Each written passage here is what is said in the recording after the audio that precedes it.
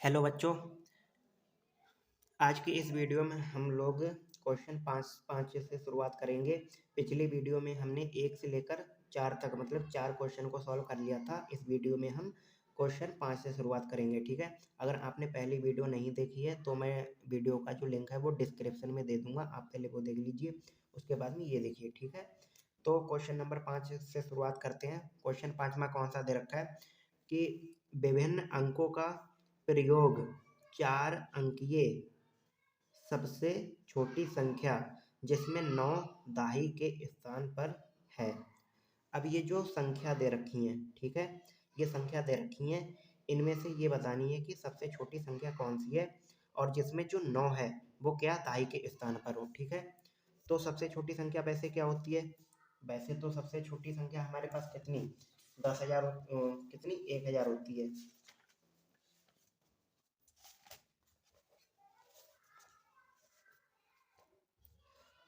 वैसे तो कितनी हमारे पास जो 4 अंक की सबसे छोटी संख्या होती है वो कितनी होती है? 1,000 होती है, ठीक। लेकिन यहाँ पर कितना हमारे पास ये बोला है कि जो 9 है वो कहाँ पर दाई के स्थान पर हो, और दाई का जो स्थान होता है वो कौन सा होता है? वो ये वाला होता है, ठीक है। कौन सा स्थान होता है? ये दूसरे वाले नंबर पे जो है, ठीक। और हमारे पास संख्या कौन सी दे रखी है? ये दे रखी है, ठीक। तो इसमें से कितना अगर हम यहाँ पर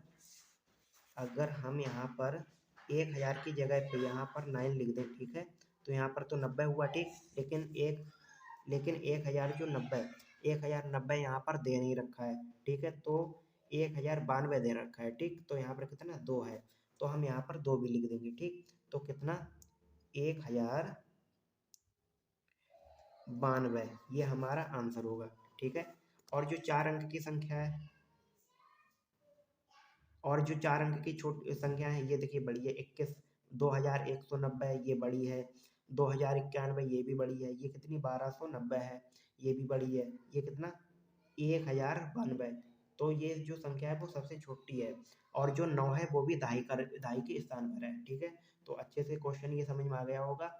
तो अगला क्वेश्चन देखते हैं, छठा। तो 6 वाला क्वेश्चन क्या दे रखा है? अंकों 5, 1, 6 में से किन्हीं दो अंकों को कितनी बार प्रयोग में लाकर बनने वाली 5 अंकों वाली छोटी से छोटी संख्या कौन सी है? क्या बोला है? अंकों 5, 1, 6 में से किन्हीं दो अंकों को कितनी बार प्रयोग में लाकर बनने वाली 5 अंकों वाली छोटी से छोटी संख्या कौन सी होगी। अब ये बोला है कि जो हमारे पास ये 3 अंक दे रखे हैं, जो हमारे पास ये 3 अंक दे रखे हैं, इनका प्रयोग करना है और कितने 5 अंकों की संख्या बनानी है। और कैसी संख्या? सबसे छोटी संख्या बनानी है।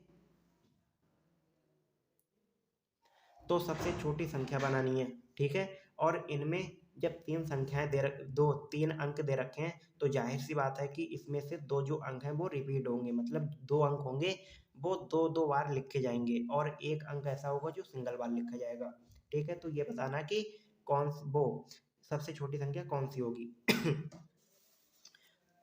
तो सबसे पहले हमारे पास क्या 5, 1, 6 ये हमारे पास अंक दे रखे हैं, ये हमारे पास अंक दे रखे हैं। और अब इससे बनने वाली संख्या, तो सबसे पहली बात छोटी संख्या बोला है तो छोटे अंक से शुरुआत करेंगे। अगर हम यहाँ पर 1 लिख दें, ठीक है। अब इसके बाद में क्या, अगर हम 5 लिखेंगे, अगर हम मान लो 1 के बाद 5 लिखेंगे, ठीक है, पहले यही करिए। जो छोटे छोटे अंक हैं, जो 1 है वो छोटा अंक है तो इसको 2 बार लिखिए, ठीक है। मैंने बताया कि जो अंक होंगे वो 2-2 बार रिपीट होंगे, 2 अंक, और एक अंक सिंगल आएगा, ठीक। तो एक जो है छोटा छोटा अंक जो है उसे पहले 2 बार लिखिए, ये 2 बार लिख लिया। इसके बाद में इससे बड़ा अंक कौन सा है? इससे बड़ा अंक है 5। अब हम 5 को भी 2 बार लिखेंगे, लिख लिया 2 बार। अब इसके बाद में बचा क्या? इसके बाद में बचा है 6। तो ये हमारे पास नंबर निकल के आ चुका है, तो कितना आया? 11,556 आया, ठीक है। तो ये हमारे पास आंसर आया। तो हमारे पास जो ऑप्शन दे रखे हैं, हमारे पास ऑप्शन दे रखे हैं 11,565 ये भी नहीं होगा, 51,156 ये भी नहीं होगा, 11,556 ये होगा। क्यों? क्योंकि हमारे पास ये आंसर निकल के आया है 11,556। तो जो हमारा ऑप्शन सी सी है, मतलब तीसरा, ये बिल्कुल सही है। ठीक है, तो क्वेश्चन 7वां देखेंगे अब। क्वेश्चन 7वें में क्या बोला है? क्वेश्चन 7वें में बोला है निम्न में से सबसे छोटी संख्या कौन सी है? अब छोटी संख्या बतानी है कौन सी है, इनमें से जाहिर सी बात है कौन सी छोटी संख्या है। देखिए ये कितना 7000 है, ये 7000 है, ये 7000 है, ये 7000 है। पहली बात ये देख लेंगे सब एक बराबर है। अब इसके बाद ये 4 है, ये 1 है, ये 9 है, ये क्या है 5 है। अब इनमें से छोटा नंबर कौन सा है? हमारे पास हमें पता है कि छोटा नंबर 1 है, तो यही संख्या होगी। अब सबसे छोटी कौन सी? 2। और ये देखिए अगली बार में 1, 3, 8, 4। अब आगे का देखने का कोई फायदा ही नहीं है, क्यों? क्योंकि हमें यहीं से पता लग गया जो 71,030 होगा वही सबसे छोटा होगा। कैसे? देखिए ये क्या, वो 7130, इसमें कितना 7413 है, इसमें 7130, इसमें 7985, इसमें 7545। अब 7130 वाला छोटा होगा ना, तो ये वाला भी हो गया। अब इसके बाद में 8वां नंबर इसके बाद में 8वां नंबर, इसमें क्या बोला है? 9680 गुणा 10 गुणा 14 गुणा 0 गुणा 8 से परिणाम मिलता है। ये बताना है, इसकी सबकी आपस में गुणा करेंगे तो आंसर क्या आएगा? क्या आएगा आंसर? देखिए, तो इसमें जो हमें नंबर दे रखा है सबकी मल्टीप्लाई करनी है आपस में, तो हमें बताना है आंसर कितना आएगा। तो इसमें क्या, इसकी अगर हम गुणा करेंगे 10 से, तो ये तो जो भी आएगा, सीधी सी बात। ये सुनिए आप, ये जितने भी नंबर देखे लिखे हैं इससे कोई दिक्कत नहीं है, लेकिन यहाँ पर क्या, ये 0 दे रखा है हमें। क्या दे रखा है? ये 0 हमें दे रखा है। अब जब हमें 0 दे रखा है, अब इस 0 की अगर हमारे पास कितनी भी बड़ी संख्या हो, उस संख्या की गुणा अगर हम 0 से करेंगे, तो जो संख्या पूरी बनेगी वो क्या, 0 बन जाएगी। ठीक है, किसी भी संख्या की हम गुणा 0 से करेंगे वो संख्या 0 बन जाएगी। तो हमारे पास जो आंसर होगा वो कितना, 0 आएगा। ठीक है, आया समझ में? तो क्वेश्चन अगला देखते हैं, नवे क्वेश्चन में क्या बोला है? 6 अंकीय छोटी से छोटी संख्या तथा 4 अंकीय बड़ी से बड़ी संख्या में अंतर है। अब ये बोला है कि जो 6 अंकीय छोटी से छोटी संख्या तथा 4 अंकीय बड़ी से बड़ी संख्या का अंतर क्या होगा? छोटी से छोटी संख्या और बड़ी से बड़ी संख्या हमें पता ही होती हैं कि कौन सी सबसे छोटी संख्या है, कौन सी बड़ी संख्या है। तो क्वेश्चन नंबर 9, क्वेश्चन 9 में क्या बोला है? 6 अंकीय छोटी संख्या, 6 अंकीय छोटी संख्या, 6 अंकीय छोटी संख्या क्या होती है? 6 अंकीय छोटी संख्या, एक लिखिए और उसके आगे 0 लगाते जाइए, तो कितनी ये 6 अंक की छोटी संख्या बन गई? कितनी बनी? 1,00,000। और 4 अंक की बड़ी संख्या, 4 अंकीय बड़ी संख्या। अब बड़ी संख्या क्या होती है? 9 लिखते जाइए, तो ये क्या, बड़ी संख्या आ जाती है। आ गई, 1,00,000 हमारी छोटी संख्या है, और 9,999 जो है वो कैसी, बड़ी संख्या है हमारे पास। अब इनका अंतर बताना है। अंतर बताने के लिए क्या करते हैं? अंतर बताने के लिए हम बड़ी संख्या में से छोटी संख्या घटाते हैं। बड़ी संख्या हमारे पास कितनी, 1,00,000 है, और छोटी संख्या कौन सी है हमारे पास? ये है कितनी, 9,999। ठीक है, अब यहाँ पर कितना, अगर हम 10 में से 9 घटाएंगे कितना आएगा हमारे पास बनाया, यहाँ पर कितना 9 बचा। अब यहाँ पर अगर हम 9 में से 9 घटाएंगे 0 आएगा, यहाँ पर 9 में से 9 घटाएंगे 0 आएगा, यहाँ पे 9 में से 9 घटाएंगे कितना, 0 आएगा। यहाँ पर 9 बचा, 9 में से अगर यहाँ पर कुछ बचा ही नहीं तो वो 9 आएगा, और यहाँ पर कितना, 0 बचा।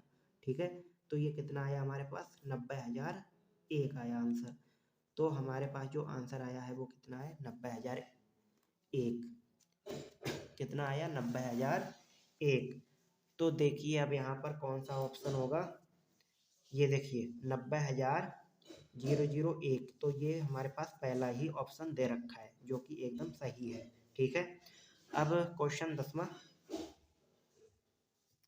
अब क्वेश्चन 10वें में क्या बोला है? 56 तथा 84 दोनों के लिए निम्न में से कौन सा सत्य है। मतलब ये जो कथन दे रखे हैं इनमें से कौन सा कथन सत्य है 56 और 84 के लिए। दोनों संख्याएं अभाज्य हैं।